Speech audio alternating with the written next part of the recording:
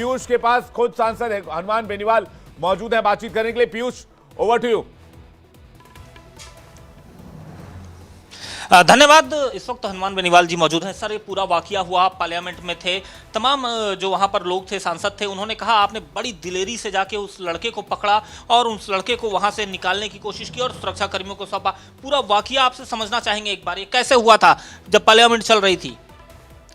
देखिए, Murmu ji zero over के अंदर बोल रहे थे, बीजेपी के सांसद, और राजेंद्र अग्रवाल जी चेयर पे थे और मैं सेकंड रो में बैठा हुआ था, जो सेकंड रो, फर्स्ट सेकंड, अध्यक्ष के बाद वेल के बाद फर्स्ट सेकंड रो के अंदर, और मुर्मू जी को इशारा बैठने का कर रहे थे राजेंद्र अग्रवाल जी, और मुझे बोलने का कर रहे थे कि आप खड़े हो जाओ, जीरो ओवर था। और जब मैं खड़ा हो रहा था तो मैंने देखा कि मुर्मू जी पीछे की ओर देख रहे हैं, कुछ लोग पीछे की ओर देख रहे हैं, पीछे हंगामा सा हुआ, जैसे कोई आवाज़ आती है।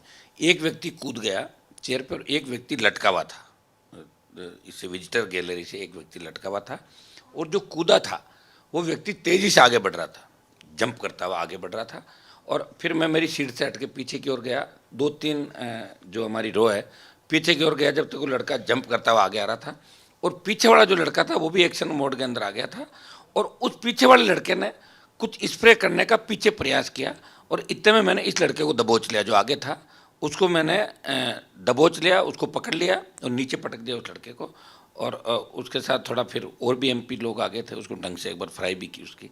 और इसको जब ले जा रहे थे सुरक्षा कर्मियों को हमने सौंपा, तो उसने अपने जूते के सोल से कुछ निकाल के और गैस और धुआं टाइप छोड़ा, स्प्रे टाइप किया, और पीछे वाला तेज़ी से स्प्रे करने लग गया। तो एक तरीके से स्तब्ध रह गए सारे सांसद, महिला सांसद भी थी आसपास, कई बुजुर्ग सांसद भी थे। और इस घटना से एक बार ऐसे शौक लगा कि ऐसा भी कुछ हो सकता है, अनहोनी जिसको कहते हैं।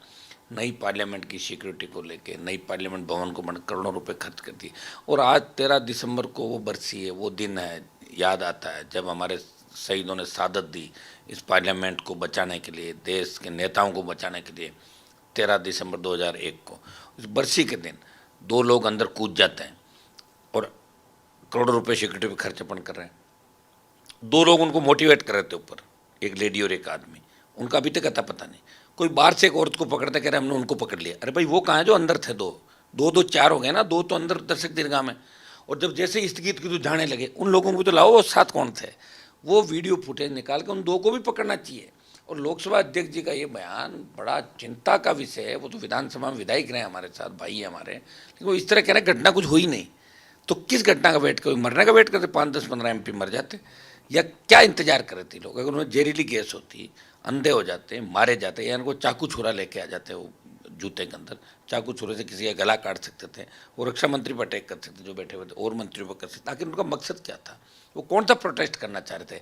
क्या पार्लियामेंट में कूदने से प्रोटेस्ट होता है क्या? ये एक तरीके से पूरा फेल्योर है। इसमें बड़ी कार्रवाई गृह मंत्री और प्रधानमंत्री को करनी चाहिए। जिस तरह का घमंड अभिमान देश के नेताओं के अंदर है, उस घमंड अभिमान से ज़्यादा दिन मामला नहीं चलेगा इनका।